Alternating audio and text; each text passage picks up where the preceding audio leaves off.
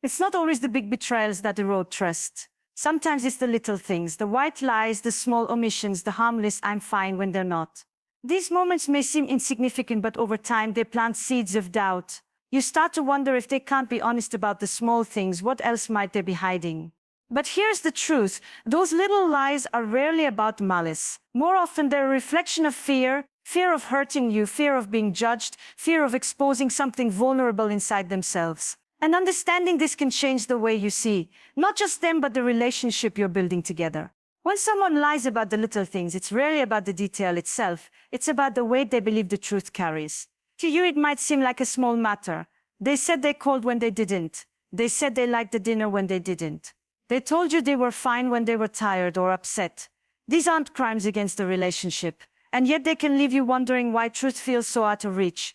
The answer lies not in the moment, but in the deeper story they're carrying. For many people, telling the truth has not always been safe.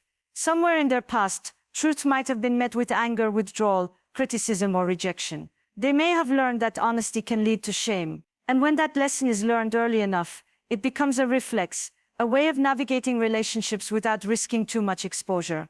This kind of lying is not rooted in contempt or manipulation, but in fear of how you'll see them if they tell you the unvarnished truth. Fear of what the truth might stir up between you. They imagine consequences, some real, some exaggerated, and the mind becomes a careful architect, building small fictions to avoid them. The irony is that the fear of telling the truth is often larger than the truth itself. In their mind, forgetting to pick up milk might mean you'll think they're unreliable. Admitting they don't want to go to that party might mean you'll think they don't care about your friends. They're trying to avoid what they see as a bigger problem by telling a smaller lie.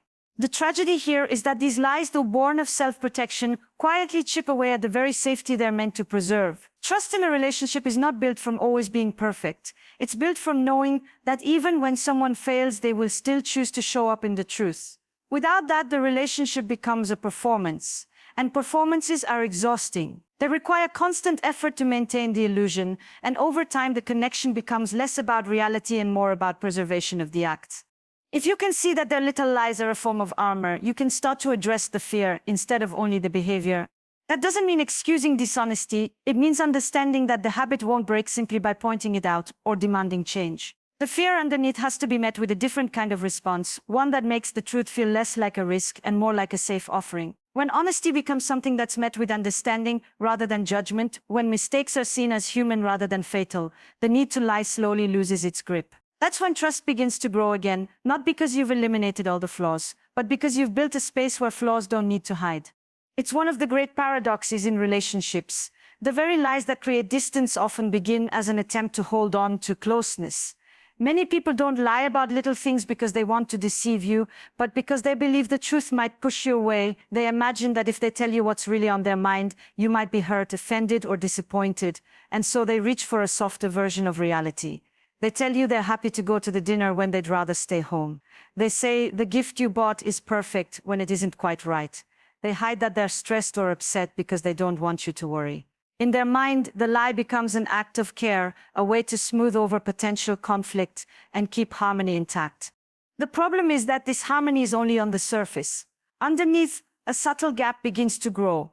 You feel it, even if you can't name it at first. The conversation feels slightly less alive.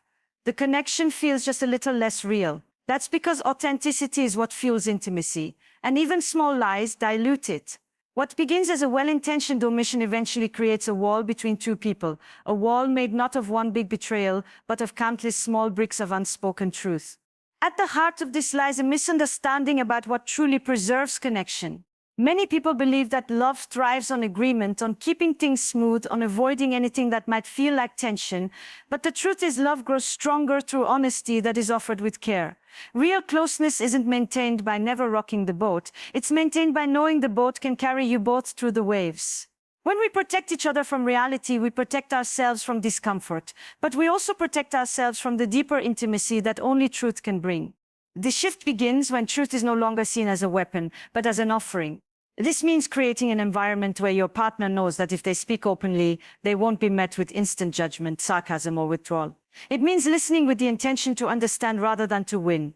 It means allowing for moments of discomfort without seeing them as signs of doom. When someone realizes they can tell you something difficult and still be met with love, their need to lie, even about small things, starts to dissolve. In the end, connection is not preserved by the absence of conflict, but by the presence of safety. The safety to speak, to be imperfect, to admit what's true even when it's messy. That's the soil in which trust takes root. Without it, little lies become the glue holding things together, but with it, truth becomes the thread that weaves you closer than any illusion ever could. Small lies are rarely about deception, they're about protection. But the deepest protection in love comes from trust, and trust is built not in perfection, but in the courage to be seen as we are. If you want honesty, you must create the kind of love where truth feels like belonging. That's how two people stop hiding from each other and start truly meeting each other.